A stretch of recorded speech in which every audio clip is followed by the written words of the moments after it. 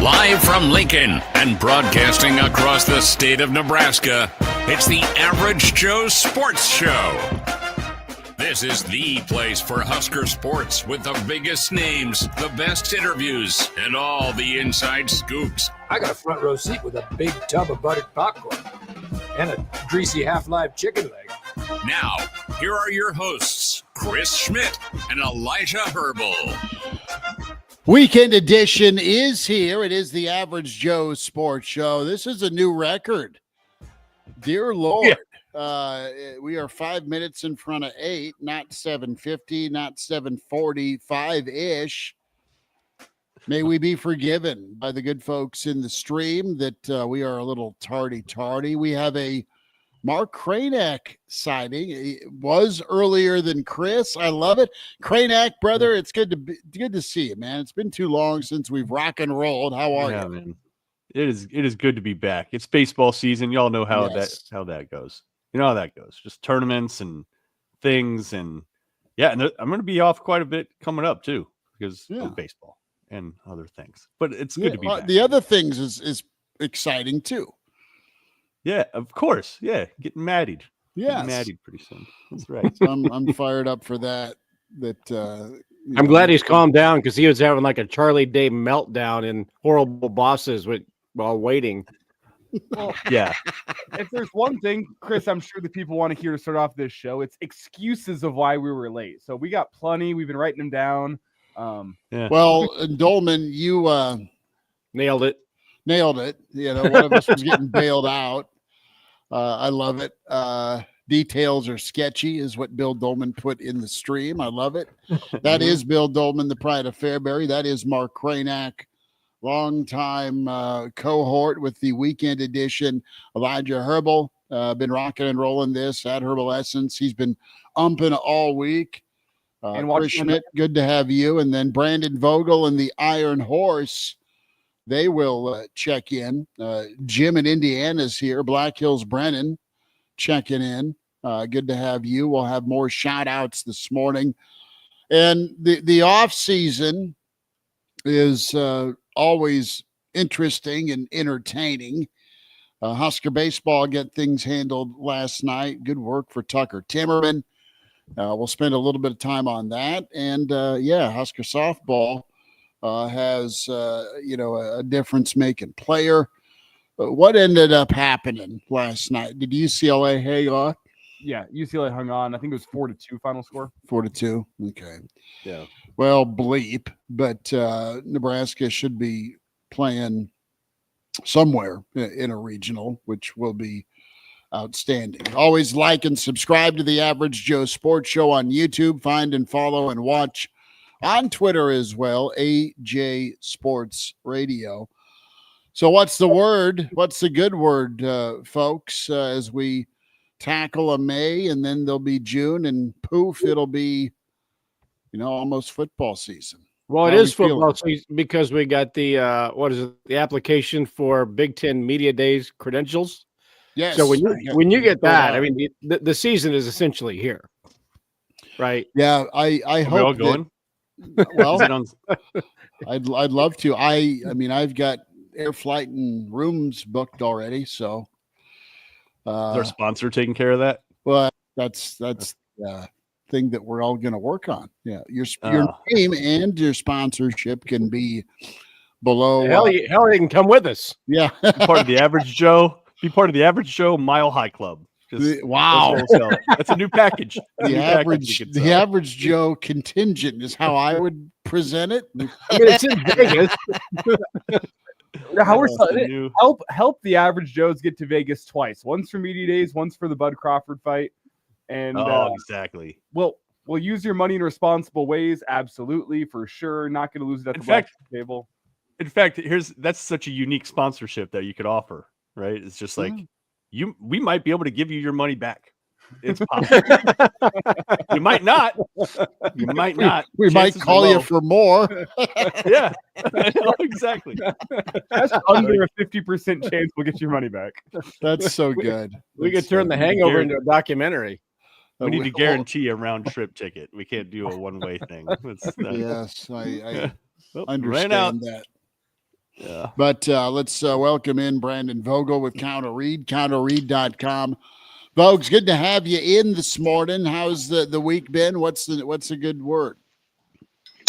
Doing well. Big week here. The 4-year-old got a bike on April 30th for his birthday, and after a couple hours, we're up and riding. So, big milestone here. That's probably the highlight of the week. Training wheels still? No training wheels? No. Like one of the He had Striders? he had a balance bike, and then we went straight to pedals. No training wheels. Yeah. Isn't that crazy seeing kids that small ride bikes? It You're is. just like, yeah, you're just sort of like, that you're gonna fall. This is not gonna work. And they don't. They just go. It's pretty amazing. Yeah. Well, the tone of and body language of Vogues there when you asked him about no training wheels, he's just no. I mean, he's going Mr. Clean. No training wheels in this household. I love it. Yeah. Vogues, you spend time with Counter Read, and I love your off-season projects. Your topics are always pretty entertaining, and then you dive in. And there's been, I don't want to say a murmur, but it's gone to off-season mode of, all right, let's speculate, let's talk about, let's project the schedule in Nebraska football and what can be and where they can go. And it's not quite gotten to, all right, ink in the old garage and fill out the scores yet. Maybe some people have done that. But I'm interested, as you look at Nebraska football, what right now, as you look at this team going into year 3, not necessarily the biggest question marks, but I want to ask concerns. What are some valid concerns? And it's not negative hour. I'm just curious. You know, what is really separating Nebraska from a Penn State? What's separating Nebraska from an Ohio State? And we would all kind of say, well, payroll and talent. It's not that Nebraska is not competitive, but that's the era we're in.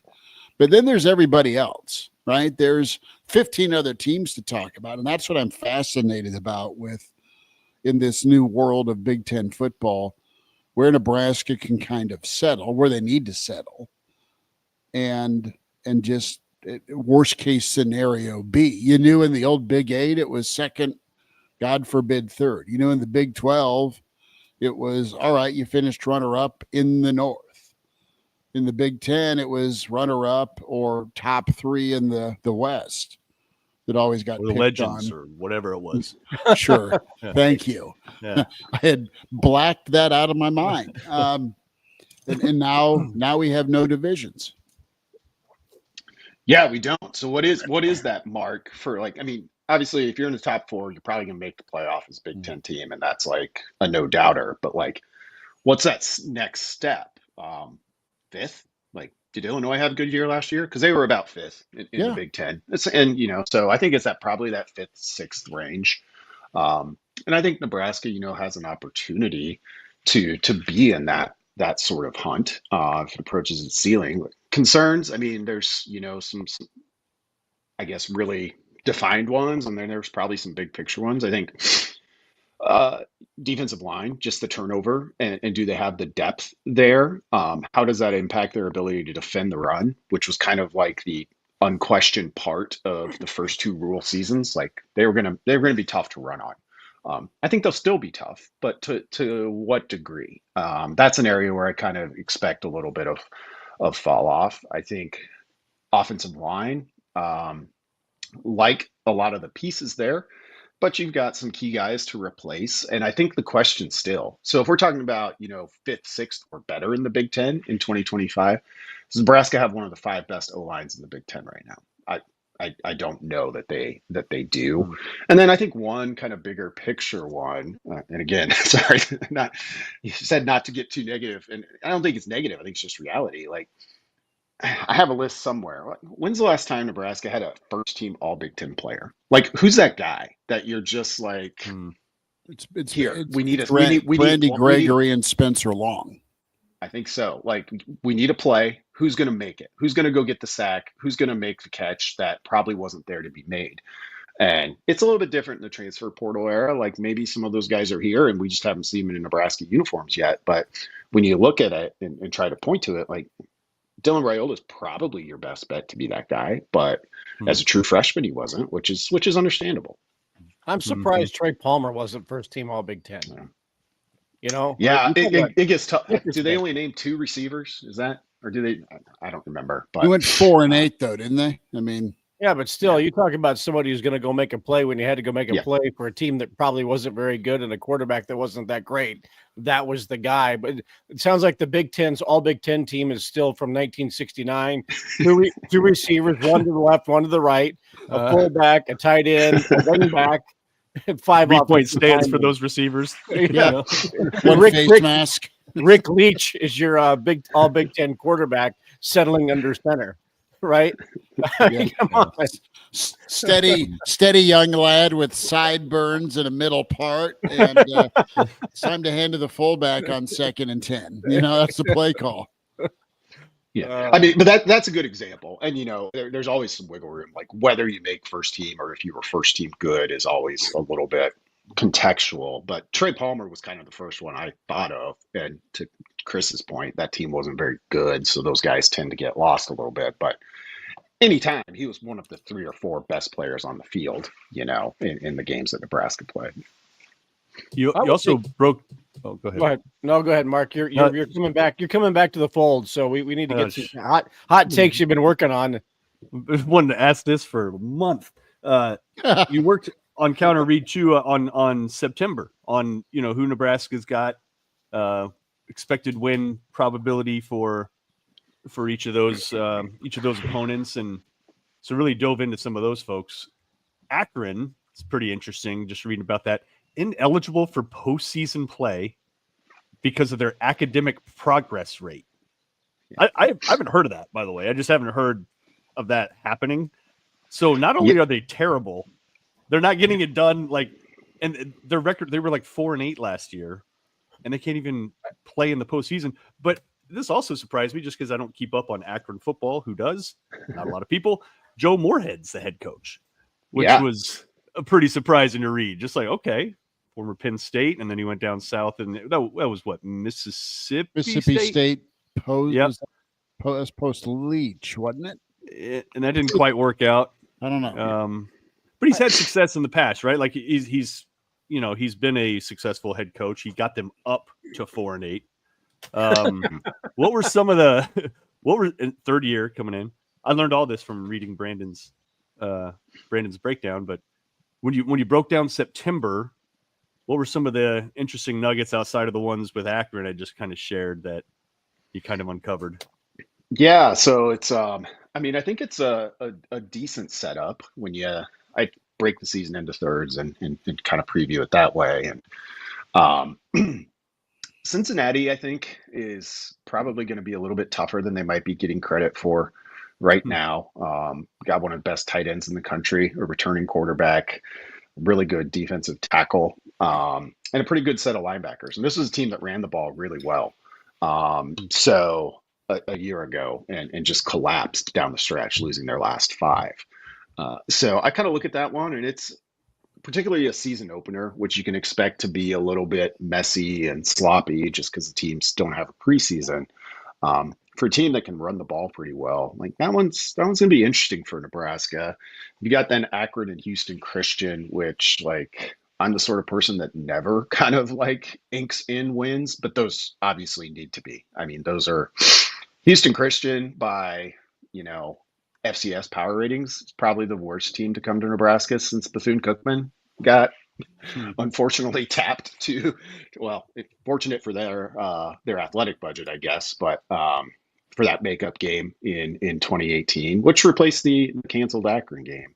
And then there's Michigan, which is kind of the, I think, first swing game of this 12-game schedule. We'll see what the Wolverines are. Pretty well regarded, but we don't know who the quarterback's going to be.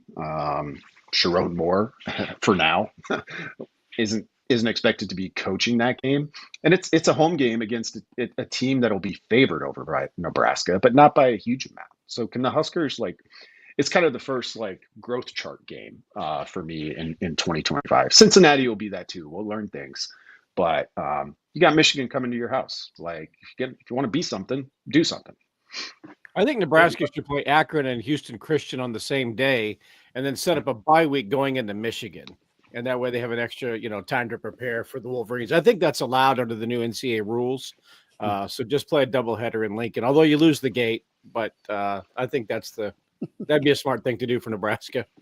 Yeah, I think you just file a lawsuit with anything, and the NCAA says, "Sure, do what you want." Now that it looks like maybe there won't be the 105 roster limit right away, you might have the roster to be able to pull that off. How about head coach for Cincinnati? By the way, Scott Satterfield. Huh? Name sound familiar? Huh? Marcus, no relation. Brother? No, that's what it says according to AI. Oh, are they? That's what it says. I honestly didn't think they were. Well, AI hallucinates, so it might not be true. It says Scott Satterfield has a brother named Marcus Satterfield. Low on batteries. I look at the Michigan game like I looked at last year's Illinois game as the kind of the hinge to the season. That if you win that one, things are going to trend pretty well. And for a half, it was trending pretty well against Illinois. And then it got away from Nebraska in the second half. We all know how that ended, and the overtime was terrible. And Nebraska struggled to get back into bowl contention. And Michigan, I think this might be more of a name on the front of the jersey than the back. That this is not Jim Harbaugh's Michigan Wolverines. And Sharon Moore, great story, but is this his program yet? And how long is it going to be his program? There may be more stuff coming down on that whole thing because as the NCAA is going to want to say, hey, we got some power. And now that Michigan is kind of trending downward, now might be the time to get them. So I think that is more than a winnable game for Nebraska in Lincoln. And if they don't win that, then you might see I think Nebraska is going to be a bowl team. Don't get me wrong, but it may not be a team with momentum going into October and November. That's guys. I want to. I think you're right, and I think from the fan base's perspective, you'll totally celebrate taking down Michigan if that does indeed happen, and I think it is that early pivot point ball game. But I think Cincinnati, Vogues, you wrote about the learning experience. What are you going to learn from Cincinnati? What are you going to learn from two of these four in September as you break it down each month? And I think you're going to, we've heard a lot about the maturity of this team and how the reins have been handed off to the players. We've heard a lot about how it's, Dylan's team, and also defensively, the defensive line and that front seven, the back end. I mean, all the question marks / all right, you're next type moment here with this transition on the defensive side of the ball, coordinator wise. You've got to get out of Arrowhead alive. After reading your write-up on Cincy, totally losable game. Yeah. And I don't think that'll go over well. Folks will freak. They'll be pissed. But that's also a great test to start the season. Then you fast forward to Michigan. I mean, your hopes and dreams as a Nebraska fan, you get Cincinnati, you start 4-0, you beat Michigan. All right, man, let's talk about some things that haven't happened in Big Red Country for a while. But Michigan just, I don't know. I think at this point you should take them down at home. Again, talking in May. But they're still Michigan.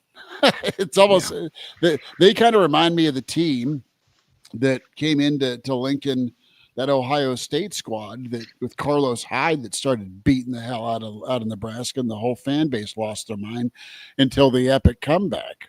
One of those, well, it's a nice brand win, but they're really, really down. No, they're still pretty hard to take down, honestly.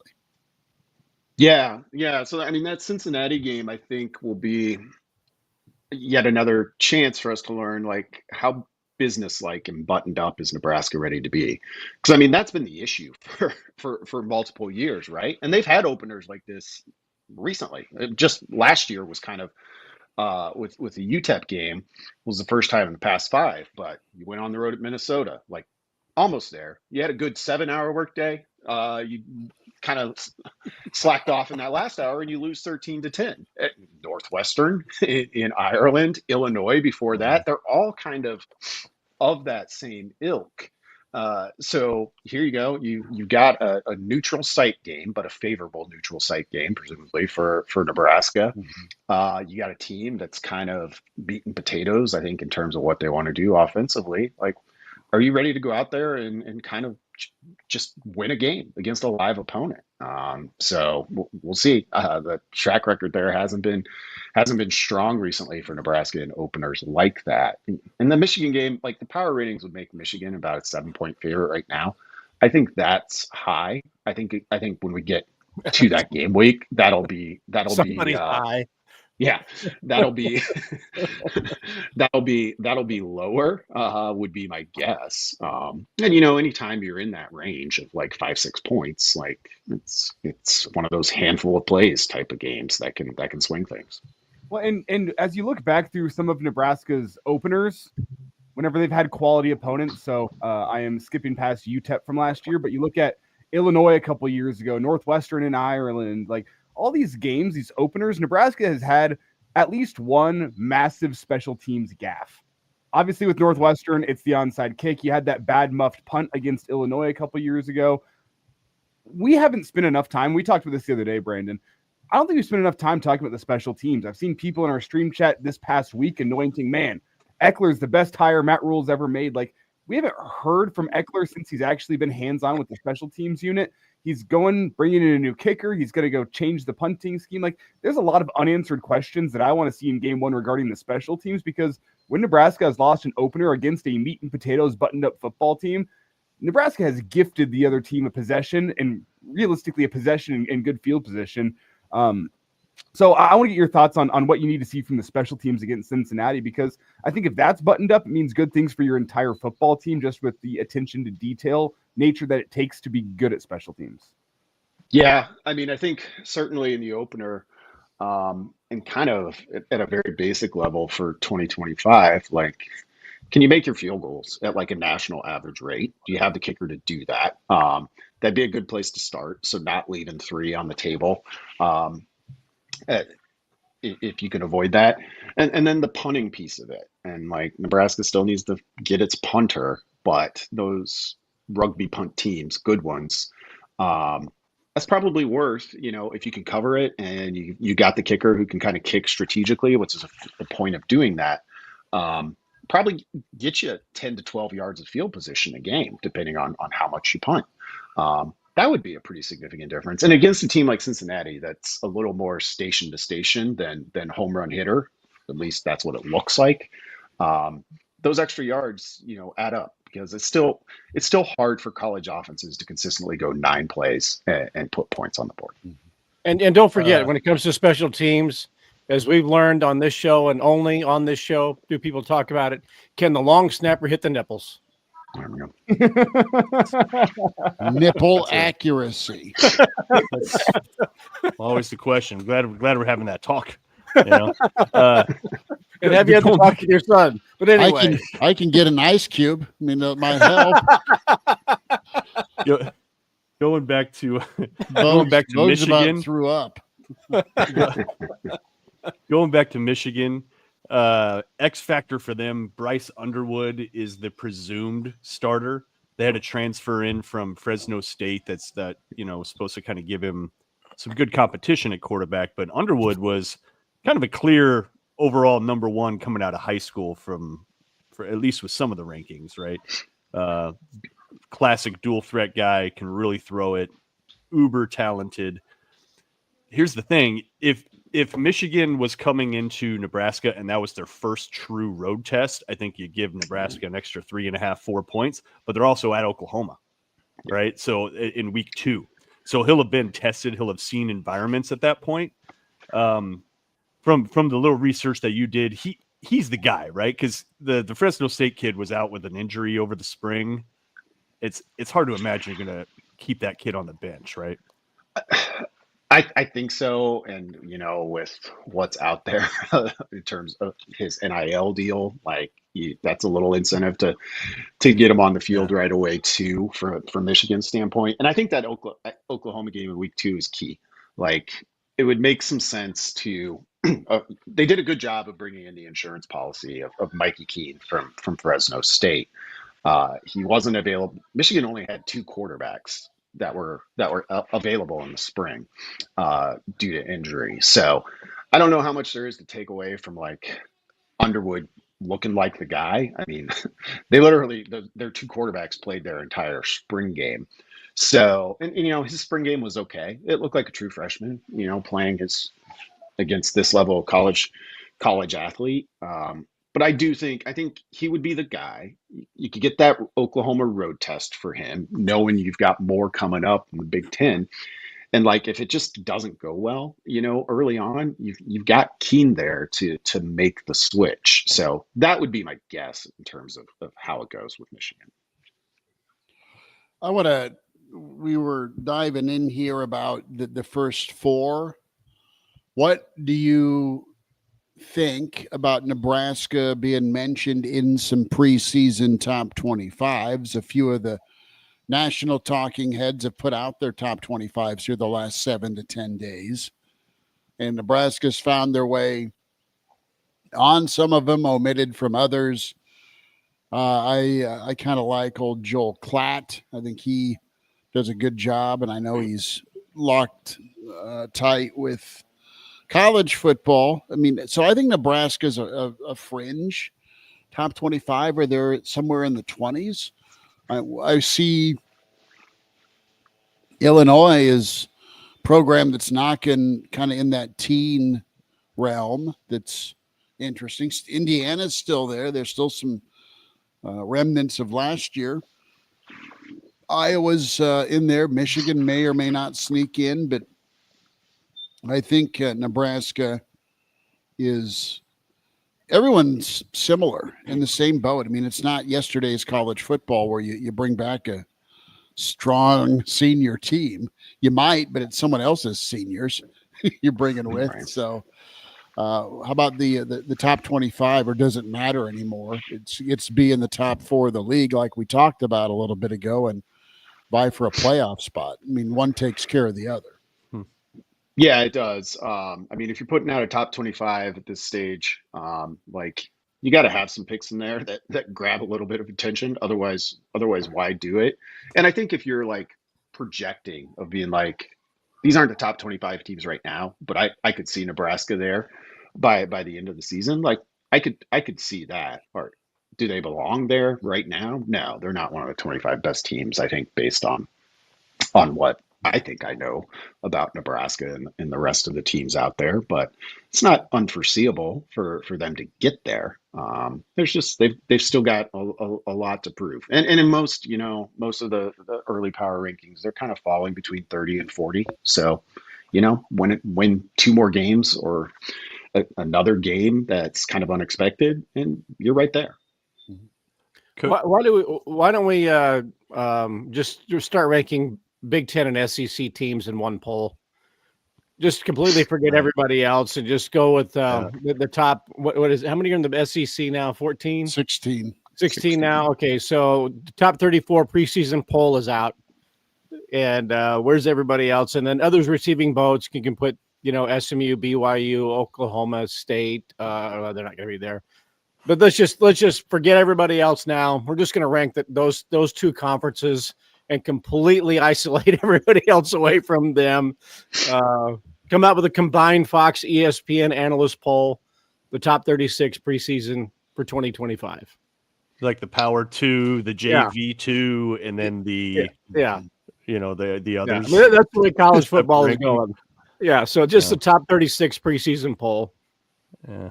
I actually really like that. Maybe we should do that for next Saturday's show. Actually do it. It'd be interesting to see where the Big Ten teams fall in there. Yeah. Texas number 1, probably. Ohio State 2 still. Just on principle, I don't think we can do that. can't put Texas number. I mean, I saw. I don't remember the author of the poll, but somebody had Penn State number 1 overall. I mean, I think there's an argument for it in the Big Ten. It's tough to go against Ohio State and their track record, but like relative to what we're used to seeing from Ohio State, like they have more questions than they did in the past. Coach Brandon chasing 10 wins in the stream brought up something it's worth mentioning. He said, "Are we overlooking the huge elephant in the room?" I don't know if I'd characterize it as that, Coach Brandon, but that's all right. The rest of your point makes a lot of sense. Changed our offense, defense, and special teams to a new leader or scheme. The chance that all 3 hit on day 1 are iffy. Let's break that down. Offense, yeah, you changed the scheme, but you had an on-ramp from last year. So, yes, a new offensive coordinator, but he seemed to be a more productive one. Not as worried about that. Special teams, it was among the worst units in the country, so what's the worst that can happen, right? Like, even if you're so I don't see it. But defense, I think he brings up a good point. Mm-hmm. New defensive coordinator. Tony White had a hell of a scheme, right? I mean, he made an immediate impact. You saw what he did production-wise with his unit. That one does make you wonder a little bit, especially with the loss of Nash and Ty, who were disruptive in the backfield. And that, I guess, is that what we're most concerned about defensively, is will you get that level of disruption? Will they be a plus, or are you just hoping that the defensive line can sort of hold serve and not be a liability, right? Like what's the kind of bar? They got to get home. They got to get home. They got to get home, and they got to get off the field on 3rd down. That's my take. Yeah, I think hold serve is probably the most fair expectation for me with that defensive line. It's gonna be tough to be as disruptive as Nash and Ty were a year ago. So I don't expect that, but can you remain stout against the run? Riley Van Poppel, I think, is going to be a really, really good player. Still young.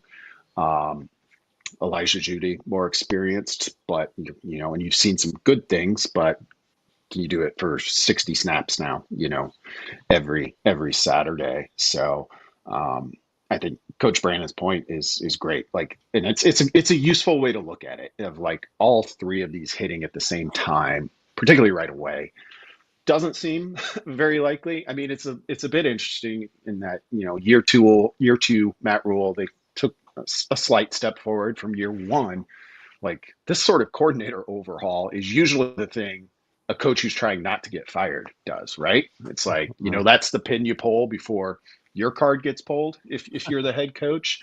Nebraska did it voluntarily, which is interesting, and perhaps will end up being savvy, but it's all kind of like, go to Counter Read and check out the equation series from this offseason, because I think what we're talking about, like boiled down, is you hope gains on offense, which seems more probable, offset slight losses on defense, and hopefully special teams can help contribute to the gains piece of it too. Yeah. And Elijah hit on that earlier. If you look at Nebraska's just gut-wrenching losses, special teams normally played a role.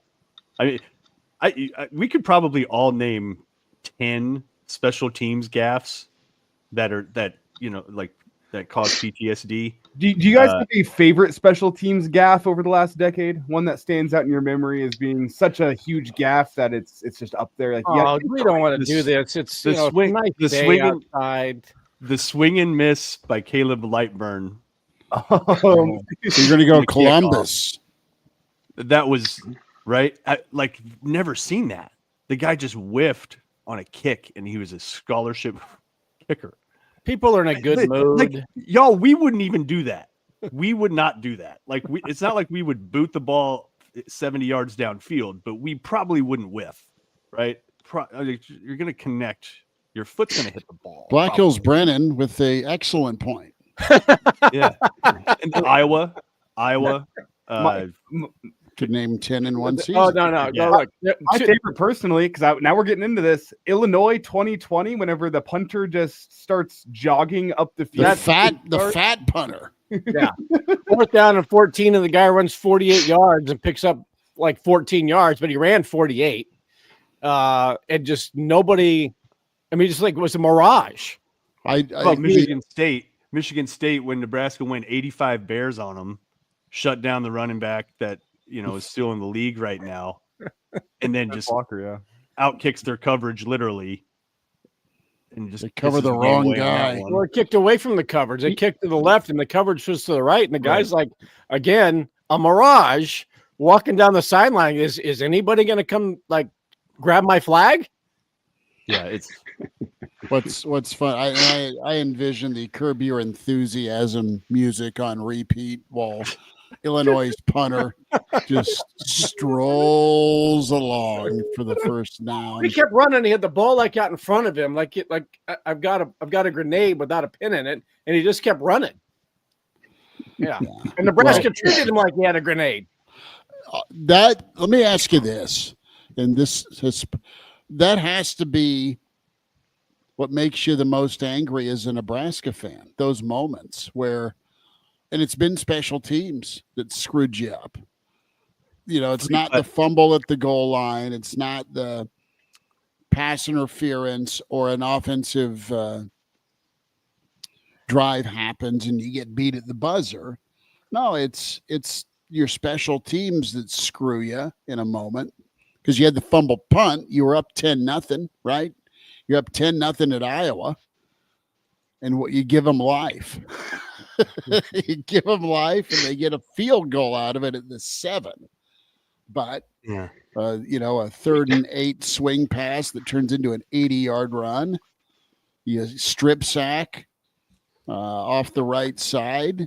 You fumble and recover it and kick at the buzzer. And there's not enough Coors Light in the world to drown your sorrows. I was in a good mood a few moments ago. This is therapeutic. 3-putt, by the way, has the most specific smack I think I've ever heard.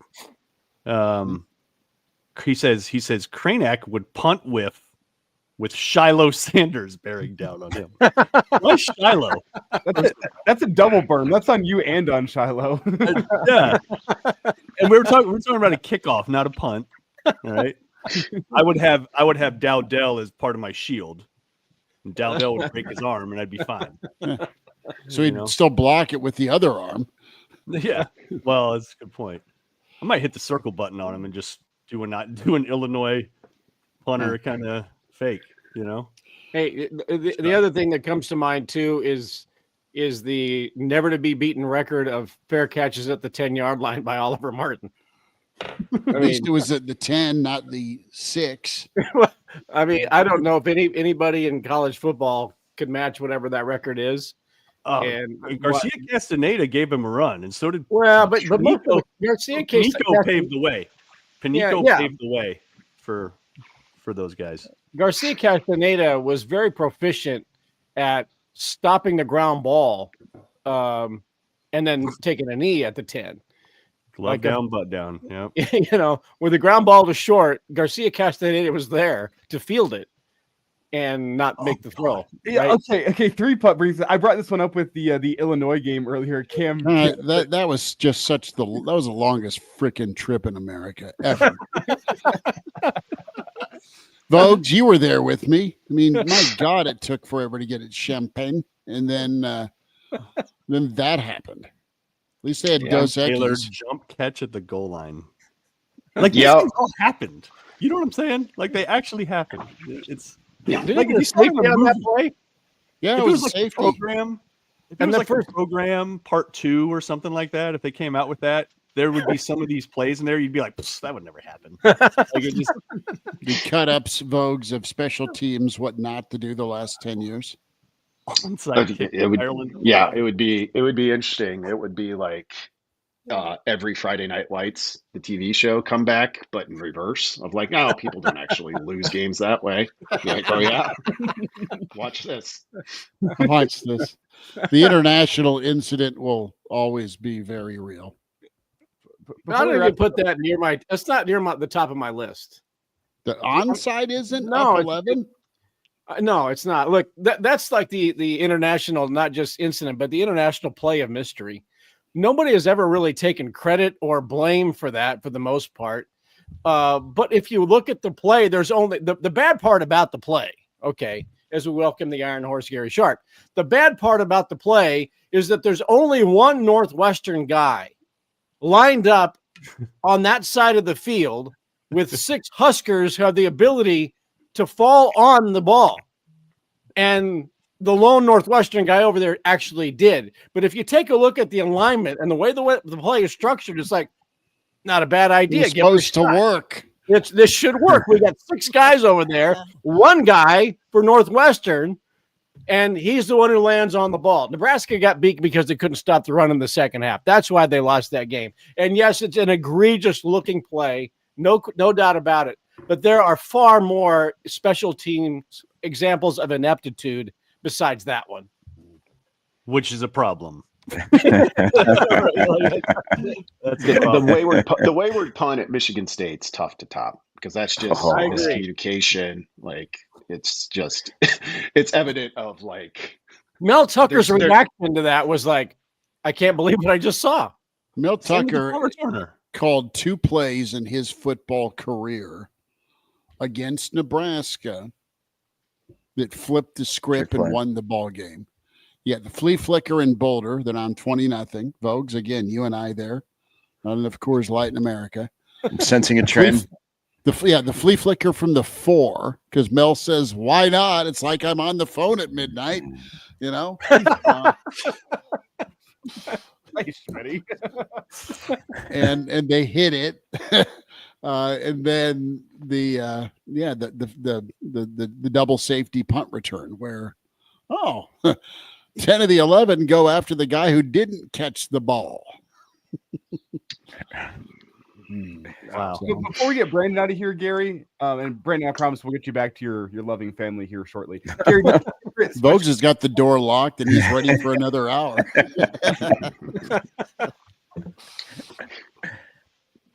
Gary, do I have one? A favorite special teams gaffe over the last decade? Oh, you guys pretty much covered them all. I think all of these make up. We probably didn't. I think there's more. Well, I think there's more out there. Yeah. It's not necessarily a special teams gap, but the consistent fair catching. I'll tell you, the game in the COVID year, the fake punt by Illinois, I'm driving home and back to Omaha, and I'm listening to the postgame show, and Greg is talking to Scott, and Scott goes, like sheepishly, I could just see him like bowing his head and going, yeah, we only had 10 on the field. On the sidelines, we couldn't find the 11th guy. And I about drove off the road. I was like, you got to be kidding me. There was like 130 guys on the sideline. You couldn't have just sent one of them out there? Yeah. And nobody in the stands. They only had 10 guys on the field for that fake punt. And Scott said on the air, he goes, I think we kind of thought that they might do that. And I'm like, okay, I'm going to need therapy.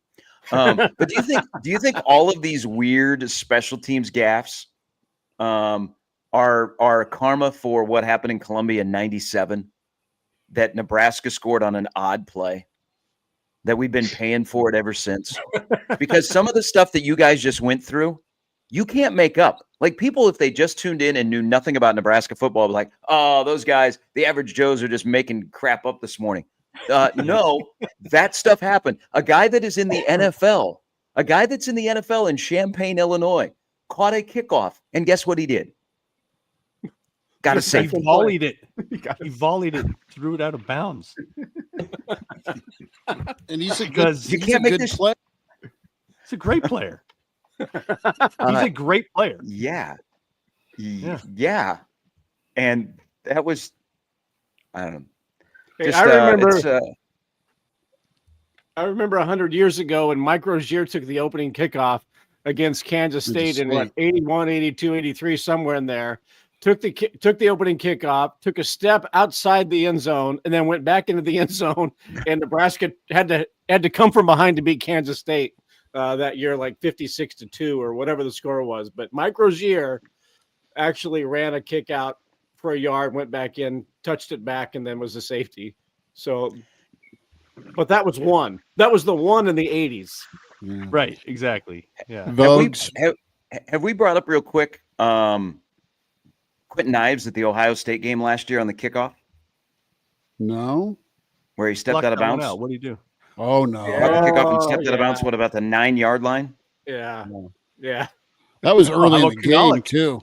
For any other team, that would be an egregious special teams gap. But for Nebraska fans, you go, "Oh yeah, that wasn't too bad." It's not that bad. that damn Foley, he planned that. It's genius.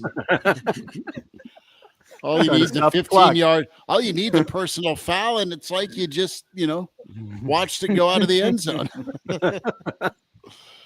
Vogues, what do you got coming up here with Cow to Read, bud? We love chatting with you in the morning, and thanks for making time and jumping on with us. Yeah, it looks like I'm going to have to familiarize myself with the top league in Italian pro volleyball. Looks like the Huskers are about ready to make a savvy veteran addition from there, or may already have, according to reports. And then later in the week, we'll have Act 2 coming up. So look at the next 4 games. We talked about the importance of Michigan, Minnesota, not far behind, in my opinion. And also coming to Counter Read, a new series on special team blunders that'll take us right up to the kickoff of the 2025 season. Your drug of choice, Nebraska special teams. Get on that, Aaron. Brandon, that's content. That is like you can put that on the content calendar, and that'll take you through 2027. Yep, it's like Monday. Yeah, here we go. Film breakdown the special teams. I think you could title it "Masochistic Monday." Good. Oh God.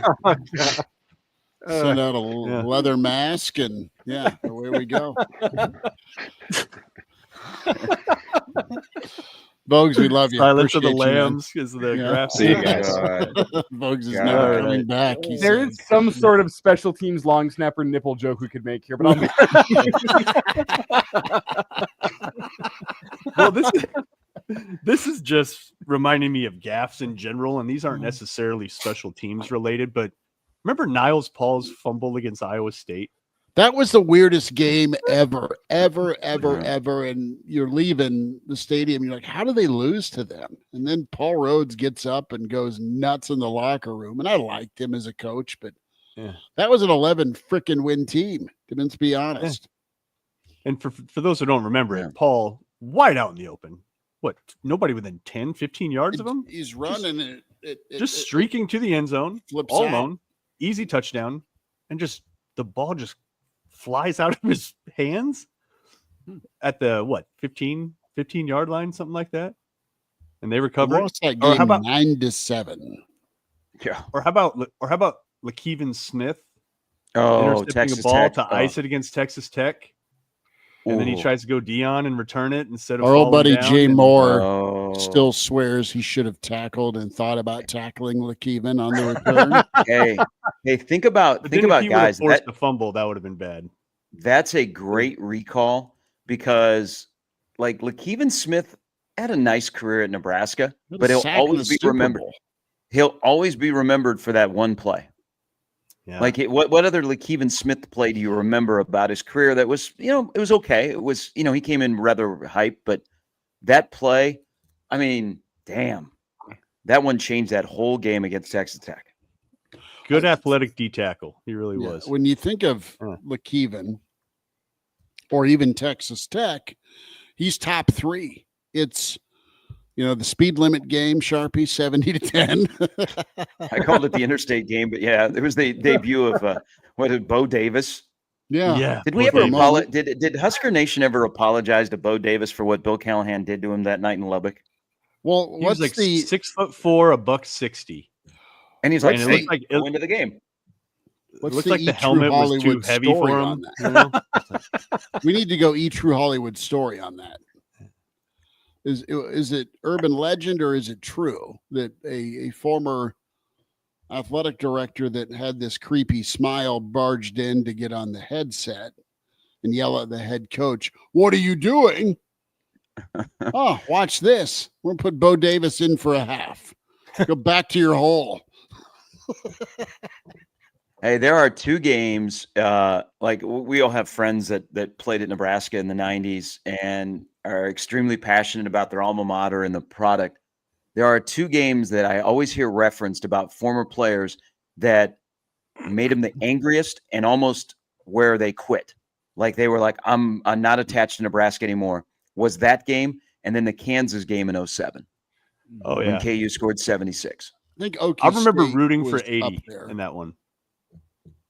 I was rooting for 80. I was like, just do it. Just do 80 so that this whole experiment ends right afterwards, right? Like I thought if they got to 80, the firing would happen immediately. Tarmac moment is what Kraynak was pulling for.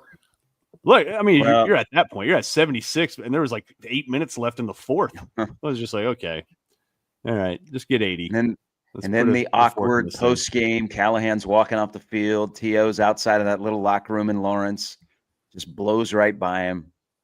Yeah. You're like, that writing is on the wall. Everybody's going to get their wish. Jeez. But it also goes back, if we're going to tie this in, and we're doing a little nostalgia this morning. How about the tweet? Group therapy. Yes. Was it College Football Home this week that put out the tweet about T.O.'s career and that he went in lifetime 50-0 against Kansas and Kansas State combined? That was cool. I mean, hello, 50-0. The only it was Oklahoma he was 13-13 against, but everybody else, it was like this just dominating record. He never lost to Oklahoma State. They had the tie, but he was 22-0-1, I think. But 50-0 against Kansas and Kansas State when T.O. was the head coach. And that's surprising because Vince Gibson had some good teams down there. Well, the Colorado record is incredible. And he was, I think, 17 or 18, 13-1 against the Buffs. And all of the damage happened in about a 3-year span, to be honest. Yeah. But I and the old Oklahoma record, God love it, to finally to get 500 against those guys. Well, and think about it though, it was to go 13-13. He was 0-6 his first few tries against them. So to finally get through 0-5 and we kind of dominated that series after that. Well, after in Oklahoma game in the Orange Bowl, post Switzer, Oklahoma was really, really bad. Mm-hmm. I mean, Nebraska goes to Norman and hangs 73 on them. I was there for that one. That was awesome. There was also on that tweet, it said he was 0-1 against Texas. His first bowl win was against Texas in the Cotton Bowl. But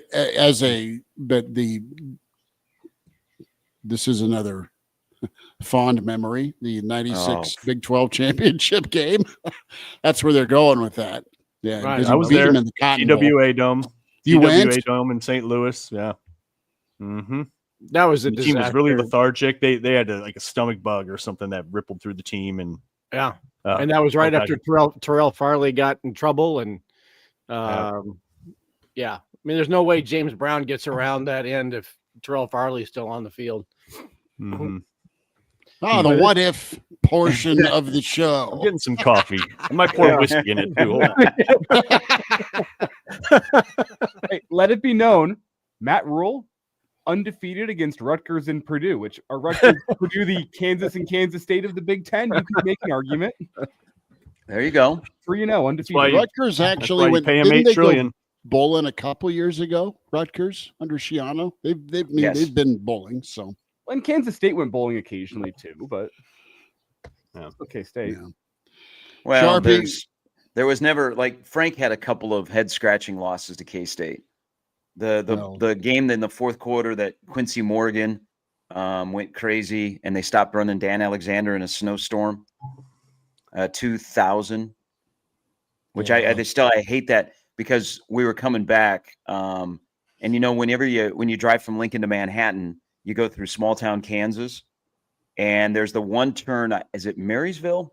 I think it's Marysville, where you come to a stop sign and you make a left-handed turn on the road that just basically leads you into Manhattan. And there were K-State fans lined up throwing snowballs at the Nebraska buses, because it wasn't like you couldn't hide. I mean, there was, like, coming through small town Kansas, there were like 6, buses, and it was just a flurry of snowballs I bet there were 100 K-State fans standing at the street corner. No, we know they weren't at work.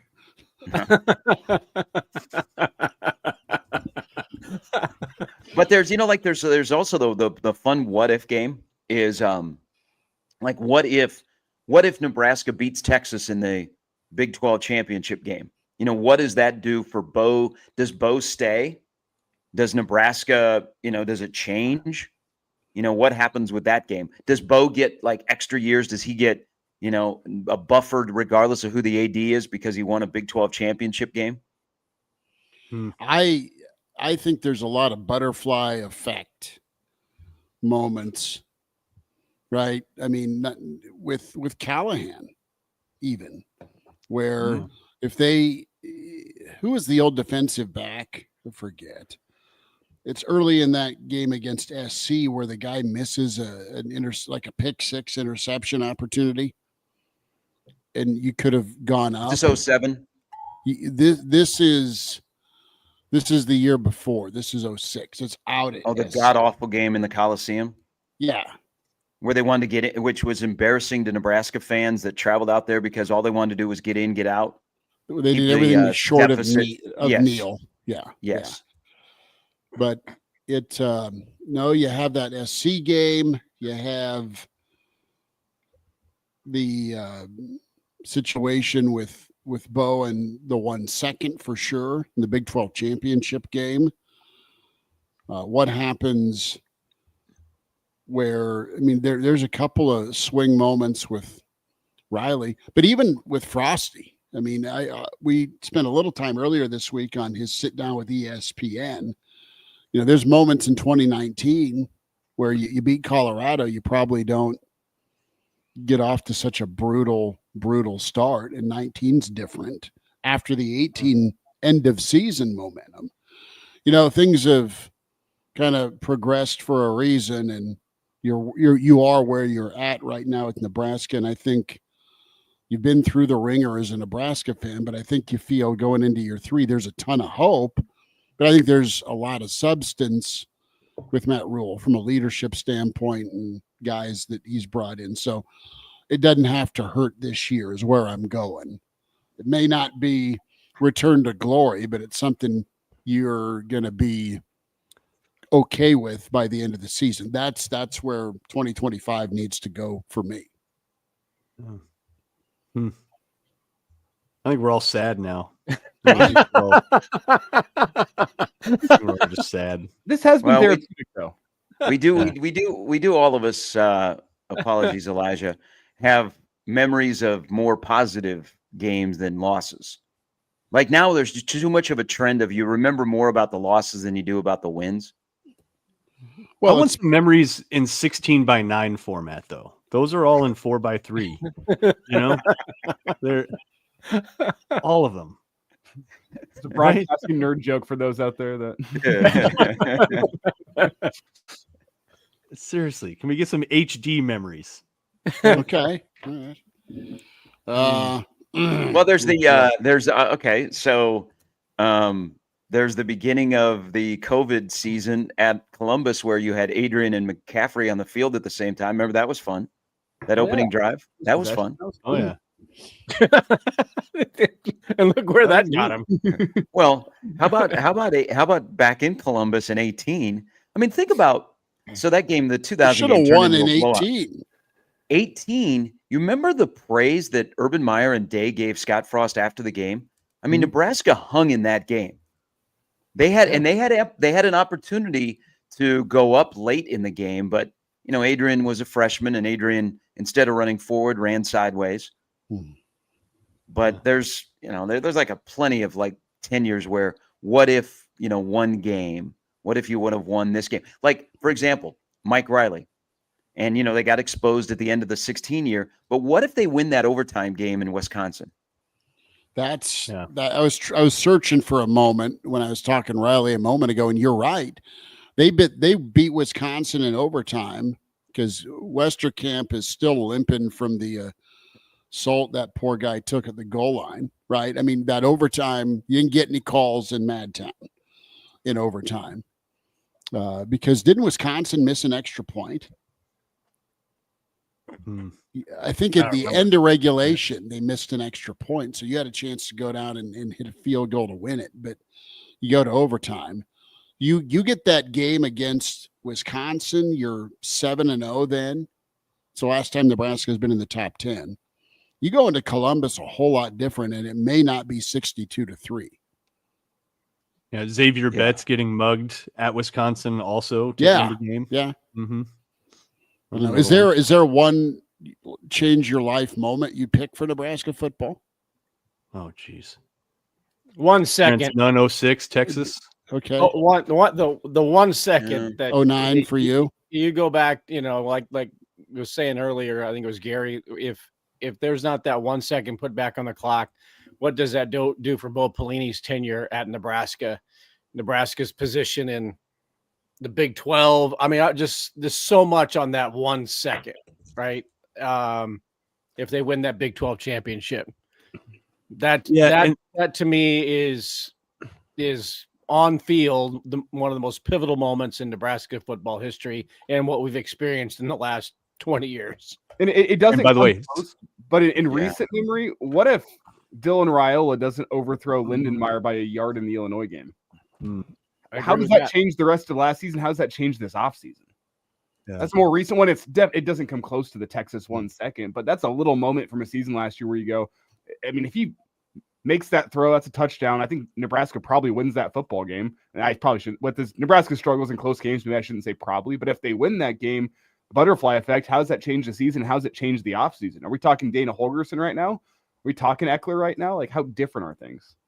Who, by the way, who was there? There was one of the quarterback experts this week, kind of criticizing Raiola and not expecting him to get better. I can't remember exactly who it was. It was Wasserman from The Athletic. Or was it On 3 or Athletic? It was Ari and Andy.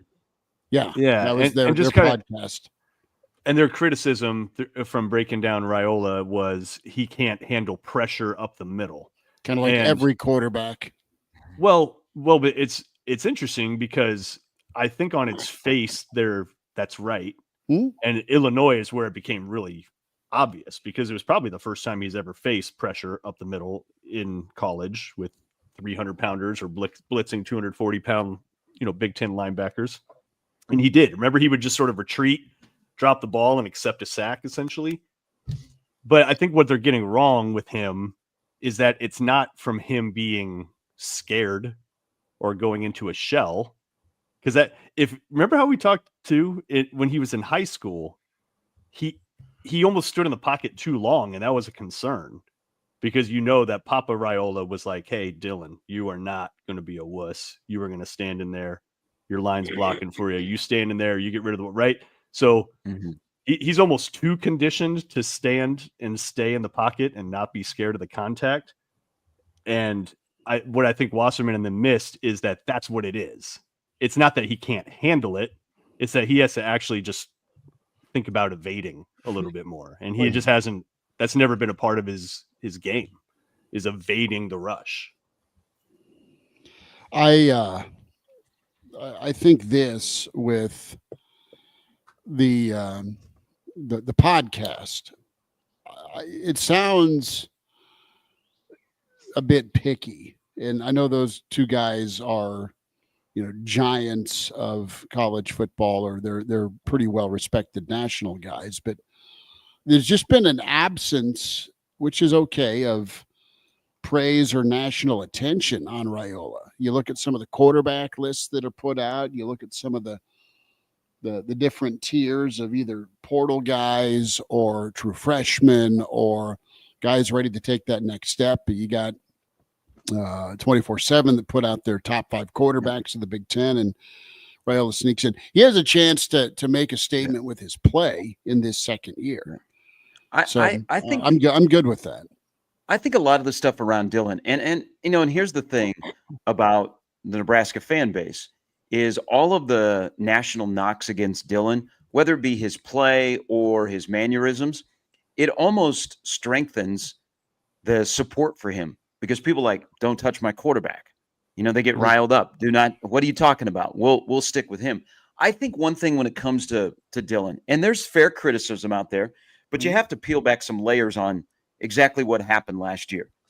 Who was calling plays? Was he being developed? Everything that went into last season, the wide receivers, the offensive line, him being a freshman in college and being very robotic and trying to adjust. I think when these lists come out, they look at him and go, well, he didn't do much in his freshman year. They're going to throw him to the side without stepping back and going, a guy is going to make natural growth. I mean, we all expect that. It's on Dylan for that next step of growth in year number 2. But I think a lot of these guys make it personal because they're like, oh, there's baby Mahomes, all of that stuff. If that's what you're going to do, please tell me beforehand.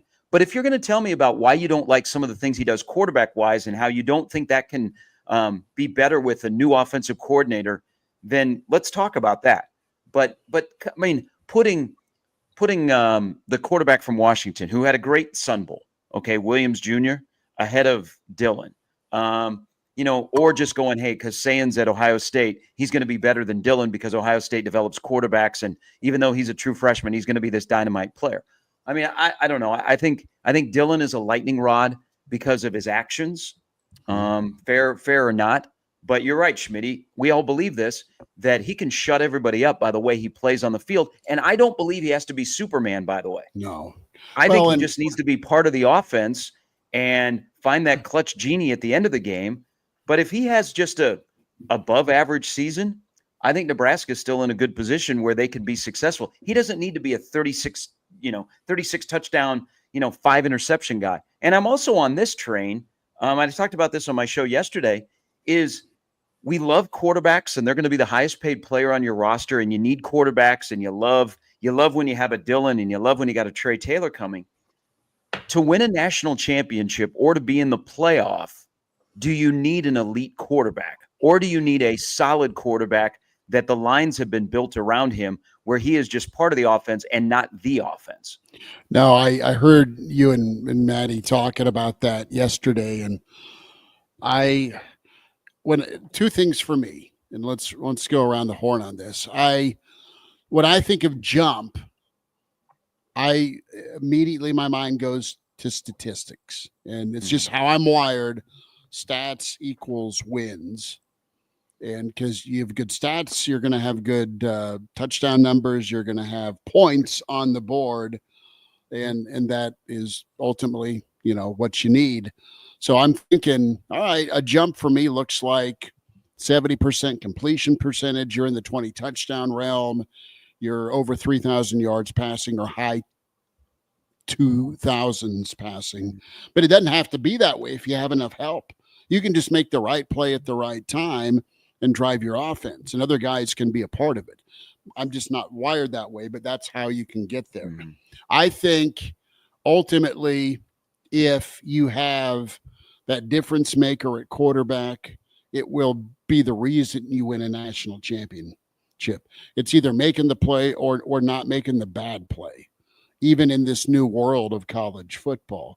I mean, your Trevor Lawrence's, your Tua's, your Joe Burrows, those guys were special in the college realm, and they were the difference maker in of that. I think there's fewer Georgias out there where they've got a bunch of NFL dudes and they've got a good quarterback, but he doesn't have to be great. Drew Aller's my example. Aller's a guy that right now, if he truly by year 5 here, after 2 years of starting, is an elite dude, he'll be the difference with Penn State getting over the hump and Penn State playing for a championship this year. But it's got to be him. I think I still give me the dude at quarterback versus not asking too much of him. That's kind of like Notre Dame last year with their quarterback. Nice player. Was it Riley Leonard? Leonard. Yeah, I was going to say Wallace. He just found a way. Right, but he was a very good college quarterback, smart guy, experienced guy. Played another year. What, he was at Duke before, so he was experienced. But was he the make or break difference maker on that Notre Dame team? No, he made good college plays. Will Howard, you could argue, was pretty similar to that. Experienced guy, 1 season, veteran quarterback who's not going to make a ton of mistakes. I'm trying to think here in my head, how many college quarterbacks have been the sole reason, and that's probably a stretch. They've been the reason why teams won national championships in college, right? If I was going to look at the NFL, I'd say when the Broncos won their last Super Bowl, that was all Peyton Manning, taking them to the promised land and win. I mean, the quarterback in the NFL is so vitally important, but in the college game, who's the last, he is the only reason why they won a national title. Will Howard was not the reason why Ohio State won last year. That wasn't. I mean, Joe Burrow was really friggin' good, but he had NFL wide receivers. Maybe Deshaun Watson. Yeah, I'd give you that. Deshaun was there. Vince Young, and I would agree with that. Yeah. But the point is, if we can point out, well, here's one here. Here's the guy. 10 years later, there's another one. Then what you need is a college quarterback who is really good, but you got to have really good players around. Sam nails it. Sam nails the difference maker of all difference makers. Probably right there too. with Cam Newton. But Nebraska doesn't have to have Dylan Raiola be the greatest player on the field if they're going to be in the college football playoff. They got to be good all over the field, and he's got to have good players to throw the football to. And I go to the Bryce Underwood has been in my head all day because we were talking about Michigan earlier. Here's a true freshman, arguably the most talked about true freshman quarterback in the country, and I think Ohio State has their player. But think back to Dylan's game against Illinois. That was the game that he made the mistake, overthrew Lindenmeyer, and then had a dreadful overtime. And then we saw the true freshman tendencies throughout the rest of the season, and he got better. Underwood's got to play Oklahoma in week 2? I think there's a game between Nebraska and Oklahoma for Michigan. If Oklahoma's good and they shell shock him a little bit, you might see Bryce Underwood realize, college football is a whole lot different than being a 5-star dominating high school quarterback. And maybe he starts to go through that growth period like Raiola did. And he may not be the ballyhooed guy that he was going into the season. And Nebraska might catch a guy whose confidence is a little shaken. How do you deal with it? And Rule talked about this in his first year with Dylan a lot. How do you respond when things don't go your way? A lot of these dudes have never had to deal with that because they've been phenoms for forever. And I'm interested. What can't happen for Nebraska football moving forward? Nebraska football can't not have an answer for an Illinois overtime situation where it's let's blitz up the middle and let's play press man coverage on the outside because no one's going to get open.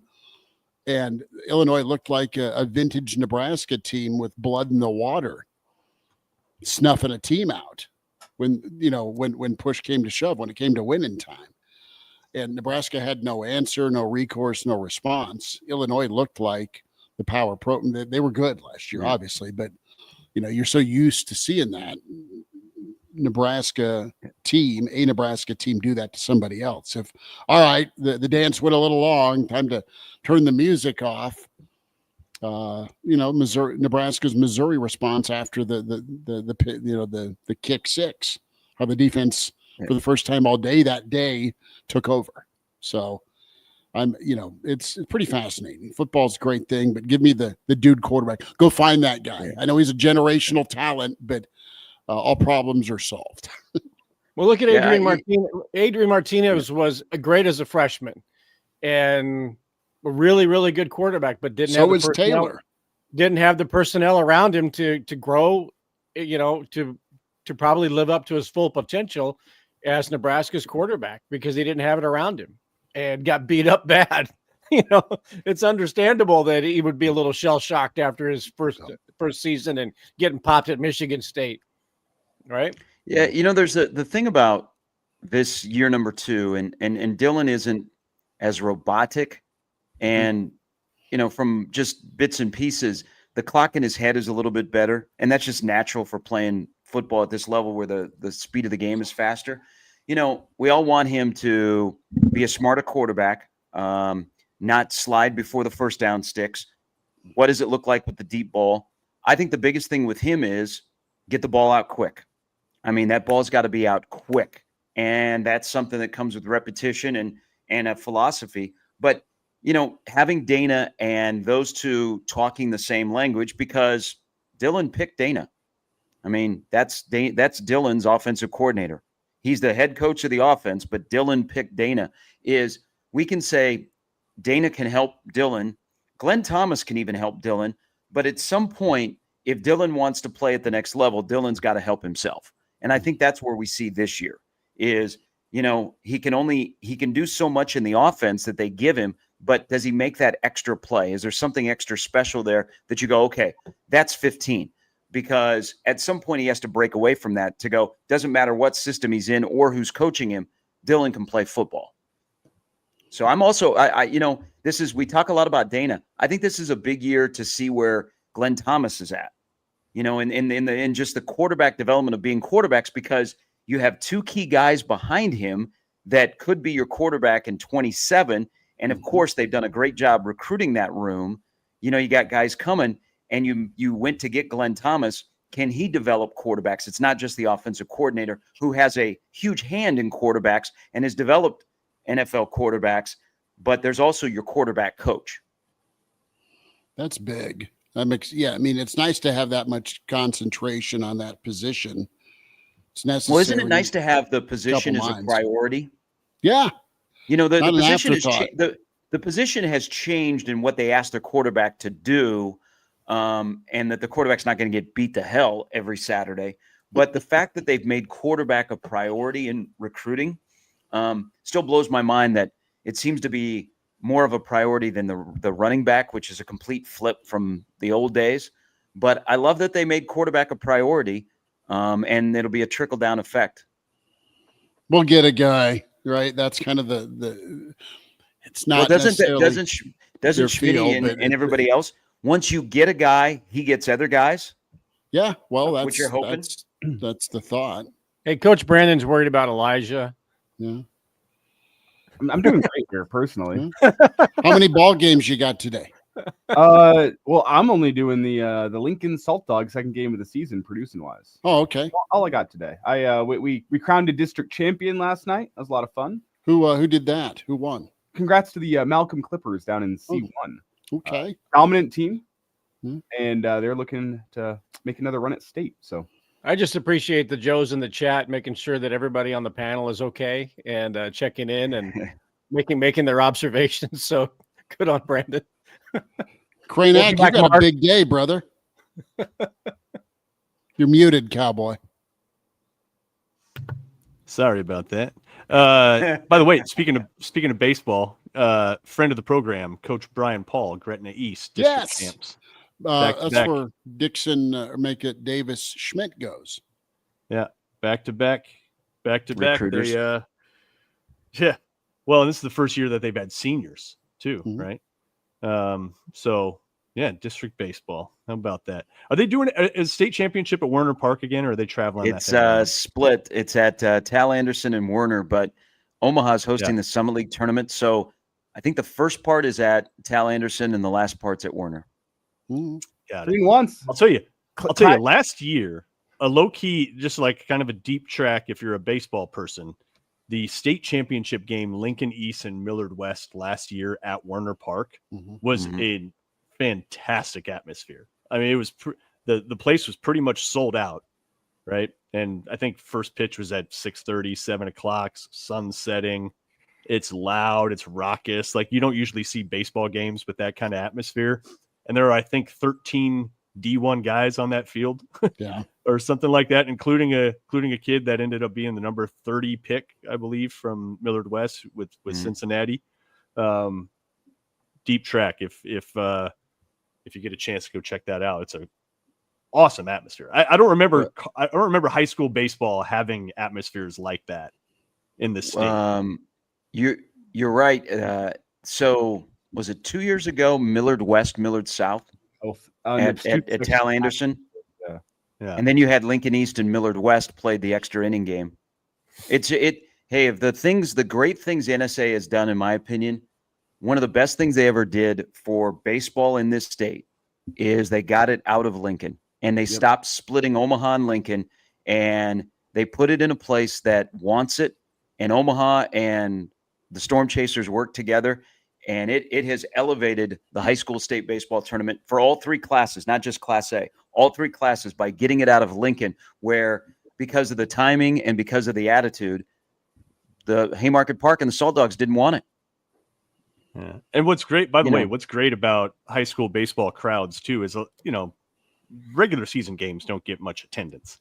And I think the general high school crowd, so the Millard West Crazies or, any of those fan bases that show up for football games, a basketball game, they don't even know how to act at a baseball game, which makes it a lot more fun, right? It's almost like watching a foreign country's baseball game. We're like, they're cheering now? Like, what is even happening? Some of us parents over the years know how to act, and that's getting the grill fired up in the parking lot and making sure the Yeti's full to tailgate. Mm-hmm. Mm-hmm. No beer sold at that. That's maybe one thing the NSAA wants to revisit, but they probably won't. Guessing they won't. Again, that's why the Yetis are key. Here's the thing. What do people want to do at a baseball game? They want to eat beer, eat hot dogs, and cheer on their kid, or yours. Say beer, hot dogs, and yell at the umpires. That's the three things everyone wants to do at a baseball game. I think. Hey, it's. I accept it as an umpire. I get it. We need more of it. Have you had interactions with the crowd, with somebody in the crowd yet? What's the best chirp you've heard this year towards you? Get a razor. It's usually in one ear out the other. I'm trying to think. The key to not getting chirped is to be good at umpiring. I'm sure there's been something. A coach yelled at me that it was the third inning. I needed to wake up and get my head in the game. It's the third inning. Come on, when are you joining us, kid? Game started 2 innings ago. That was what it was. You don't have to reveal exactly who it is, but the most toxic fan base for high school baseball inside of Lincoln or outside of Lincoln? Ooh. Toxic. Come on, fan base. Can an go on record about this? But you don't have to give it. You don't have to give specific. I'd say inside Lincoln.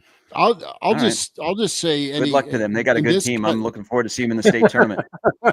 This is coming from the most toxic part of the fan base is the parent whose kid isn't playing within the own team. I mean, that's the truth. Or it's a Coach Prime tribute where it's daddy ball and kids at shortstop and he shouldn't even be on the team. I say, they say the younger the players on the floor in any youth sport, the worse the parents.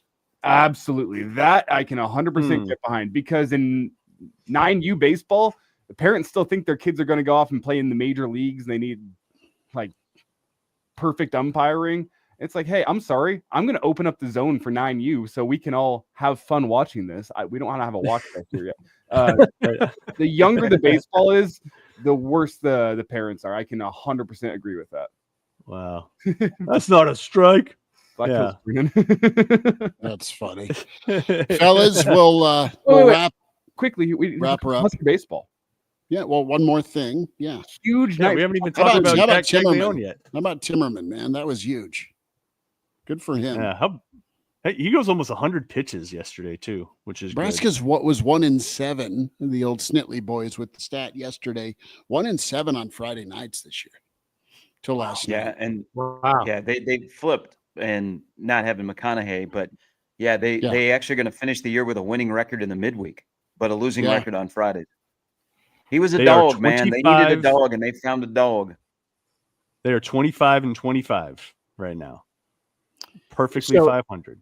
So they're gonna get into the Big Ten tournament, and I looked at the bracket in the Big Ten tournament, and I have zero idea of how that concept is going to all work its way out. I mean, it is the strangest looking thing. It looks like a flock of geese flying overhead. That's what that bracket looks like. So, however they get there, whatever they do there, I have no idea. I just look forward to them being in the crown at the end of the season and bringing home that title and capping Nebraska's athletic season with a victory in Vegas. I don't even know if there's a crown tournament, but damn it, there should be.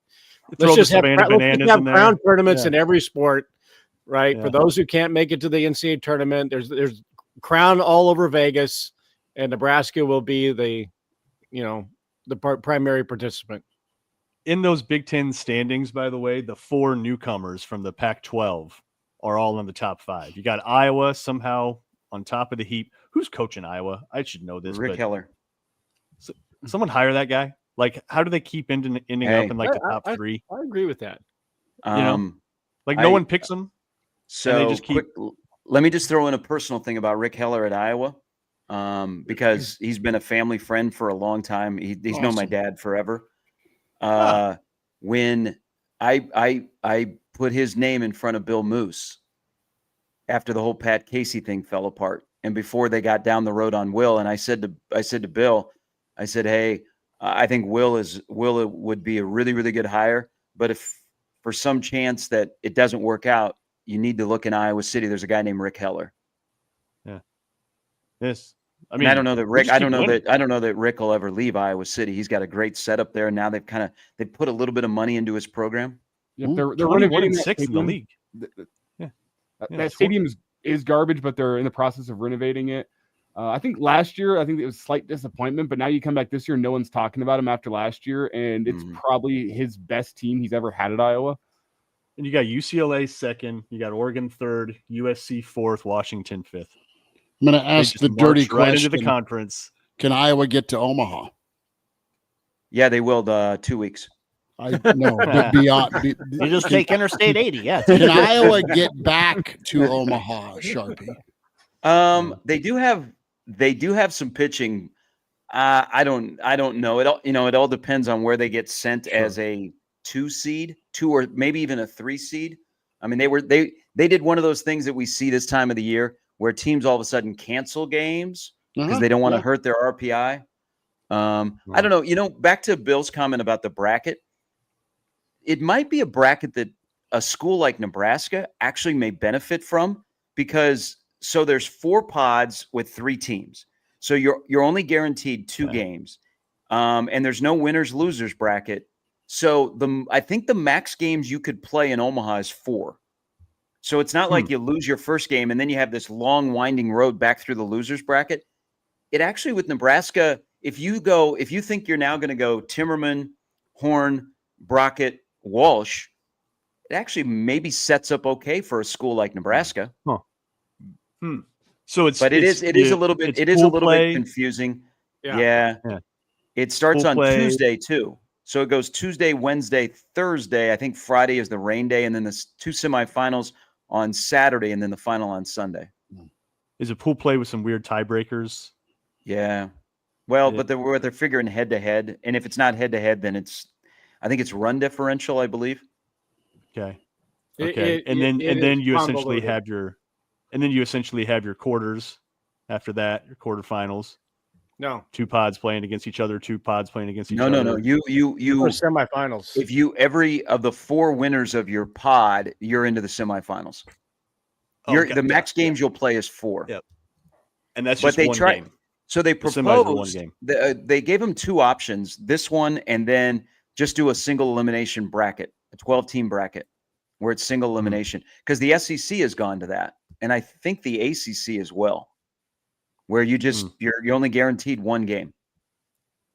I thought the ACC was the model the Big Ten followed, or was that the old ACC? No, model? I think it was the ACC. The ACC may still have that, Bill, but they were looking at the single elimination as well. Yeah, because what they have is so confusing when you take a look at the bracket. And I think this is it's probably set up more to help a outside team get in. But we've had some weird teams in the Big Ten tournament that have made the final that were like on the bubble or not even close to the bubble. Last year Penn State, Penn State beats Nebraska. They come out of nowhere and they're in the NCAA tournament. Right. Yeah. But as you know, Mark, living here in Omaha, isn't it wild all the advertising they're doing for the Big Ten baseball tournament? I mean, everywhere you look, you can't get away from it. I mean, you drive down the street and we're having a mayoral election in this town. You've got either Stothert, Ewing, and then you've got the sign for the Big Ten baseball tournament. It's really cool what the Big Ten does to promote the baseball tournament in Omaha, especially with Nebraska may or may not make it. Yeah, you wouldn't even know it. Wouldn't even know it that it's even happening. Not good. Wow. Not good. Hey, we haven't talked Jack Caglione in a while because I haven't been on in a while. But I think it's a great way to close. I'm serious. As soon as I saw that guy with Florida, I was like, that is literally one of the most physically impressive hitters I've ever seen in my life. Straight up. And I know that's crazy hyperbole, but it was just like, the hell, what is going on? Now he's at AA and he's batting. Let's check his updates here. And this is, by the way, this is former Florida Gator in the Royals organization with a AA, 6'5", 250, 9 jacks in 32 games, 31 games, 9 home runs, 35 RBIs, hitting 325. Like he is obliterating AA ball right now. Gary, you're very connected in baseball, obviously. Storm Chasers are home this next week. Is he coming? Do you have to give him that promote, or are you like, you know what? Let's let this dude just keep mashing, get crazy confident, bring him along slowly, because the Royals aren't hitting well. So even folks in Kansas City are just like, can we get, especially from the outfield, they're not getting production. Yeah, let's see. Mark and Cag's going to get married on top of about. Listen, wow. Listen, he's a freak, man. There will be people that will go to Werner Park to watch him just because of him, like more than when Bobby Witt Jr. was playing in Omaha a couple years ago. Listen, Charles, me and Cags are just friends. Yeah, just friends. But he should be here soon. I have a feeling I'm not going to forgive the Rockies for passing on Jack Caglione and taking Charlie Condon. So a lot of things you need to not forgive the Rockies for. Are they in double-digit wins yet, the Rockies? No, not even close. Still stuck at 9? Come on. I've been saying for a long time, I didn't think they were going to get to 50 wins. I'm doubting they're going to get to 40 wins. So the Dodgers won their 26th. The Dodgers won their 26th game last night. The Rockies are projected to win their 26th game like September 20th.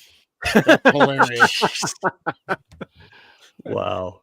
Fellas. Hey, here's one. One more thing, and this is kind of in Kraynak's world as we circle around to what if. What if that night at Bricktown Ballpark in 2019, Nebraska beats Oklahoma State and they're 2-0 in that regional? Instead of a ball obliterating the scoreboard off the bat of whatever his name was for Oklahoma State. It was Incaviglia. God, he never ran out of eligibility at Oklahoma State. No, he didn't. No. The biscuits and gravy.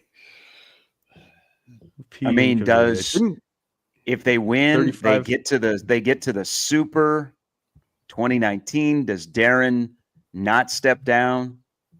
Mm-hmm. Wow. And he's donated to the program. Is he still around? Does he even show up? Does he go to games? Elijah sees him. Oh, there's a little Erstad on the youth circuit right now. There's one too that's Carson's age, or probably a year behind Carson. Yeah. Because he's coaching, right? Is he still coaching, or is he just back to being a parent? Because Alex Gordon is coaching his kids. Oh, wow. Okay.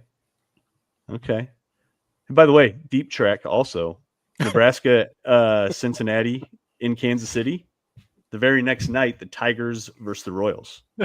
Kaufman. Tigers against Reagan's best record in baseball. Yeah. Yeah, your Royals can't make up any ground with their 6-game winning streak because of the Tigers. Well, I'll say some of us, Mark, looked at the Royals schedule whenever that Nebraska-Cincinnati game got booked for KC, and we went, well, the Royals have a home game on Saturday. They can't play that game on Saturday, and we booked our hotel room for earlier in the week for very, very cheap before that game got announced as being on Thursday night. I just booked hotel for that, and there are a lot of sellouts. You can't. The Plaza Embassy Suites is already sold out. I'm like, come on. Like Nebraska fan, like really? We're across from the interstate, and we are going. You're in the jury. I think we got our hotel for like $60 a night. Yeah, it's awesome. There's a reason why. There's a reason why. Trust me. There's a reason why that Denny's that burnt down they haven't built back up. There's a reason why across the street the Adams Mark is closed. The Adams Mark is closed. Yeah. Is Shoney still around? No, that has fond memories as a kid. Oh, That's we what all did. did. Yeah. Yeah. It's the thing. I love the K, and I know they're trying to move, somewhere else in maybe on the Kansas-Missouri line or downtown, and whatever happens with Arrowhead. I love both of those places. But you think, what they open in 73? 70. It's almost 60 years old. It's amazing that area around 70 to the cutoff and then back in towards Independence, none of that area has like developed. Like hotel, like there's a couple of like I don't know today, is it a Holiday Inn that's across the street? But like nothing has developed around there in 40 plus years, 50 plus years of those two stadiums being there. But just a tip for people on what you were saying, Mark. There are some quality Airbnbs that aren't very far from Arrowhead. Okay. I know a lot. I know we're staying in one. Is one owned by Sharp LLC?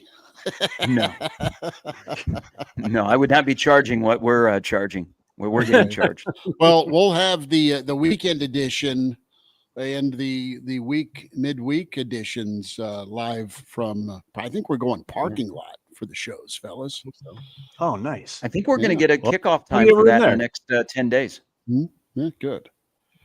I think I think this week, by the way, maybe later in the week, we may start to hear the Friday Big Ten games. Nebraska, UCLA. Either the end of this upcoming week or next week. All right. Because the draft has the draft happened or it is about to happen for Kick TV networks? I don't think it's happened yet. So, but I think the Big Ten, the SEC, I think has started this because, and this affects Nebraska. Black Friday, which will have an NFL game, they moved the Egg Bowl between Ole Miss and Mississippi State, which usually is Thanksgiving night. They moved it to 11 a.m. on Black Friday. Texas A&M now is at 6:30 on Black Friday. So 3 p.m. kick for Nebraska, Iowa, unless the NFL's got the Chiefs and Raiders on again at 1 o'clock on Netflix. Hey, why not? Let's do Black Friday at 2:30 again. All right, done. CBS pick it up. I think TV ought to have a televised TV draft day. What time are games on? What network? Just put it on Fox and ESPN combined, and let them just go back and forth. Okay, we'll take Nebraska, Iowa at 2:30 on Friday the 28th. That's our first round pick. Next pick. Okay, September 28th. Awesome. That's we'll brilliant. take. And have the two networks going at the same time simultaneously. Scott Docterman has written extensively about how this process works. I'm with you. I would love to watch this. It would also give you a sense of what the networks think about your program when you're relegated to BTN and you just get ignored. But wouldn't you like to be sitting there? The first pick always is Michigan, Ohio State by Fox because they make so much money off of that game. But then, the trickle down of okay, who wants Michigan, Nebraska the most? I pray that it's NBC at night. It's going to be a big noon kickoff. Look at the rest of the slate that weekend. Because if I remember correctly, Fox and Big Noon has the first pick among the three networks, right? I think I'm correct on isn't that. Illinois, Indiana that day? Yeah. Is it? So you have Oregon State. I know that one's that day. The game day will probably go, depending on if Mr. Hudson is still the head coach at North Carolina, they will probably do Belichick Frost in Orlando. That's a good call. This would be fun. Imagine sitting at home. But there's also The first pick, Fox selects. So, there's a lot of speculation that the Nebraska UCLA game at the Rose Bowl will be moved to a Friday night. Makes sense. And then will Nebraska's home opener against Akron be a night game? It could work.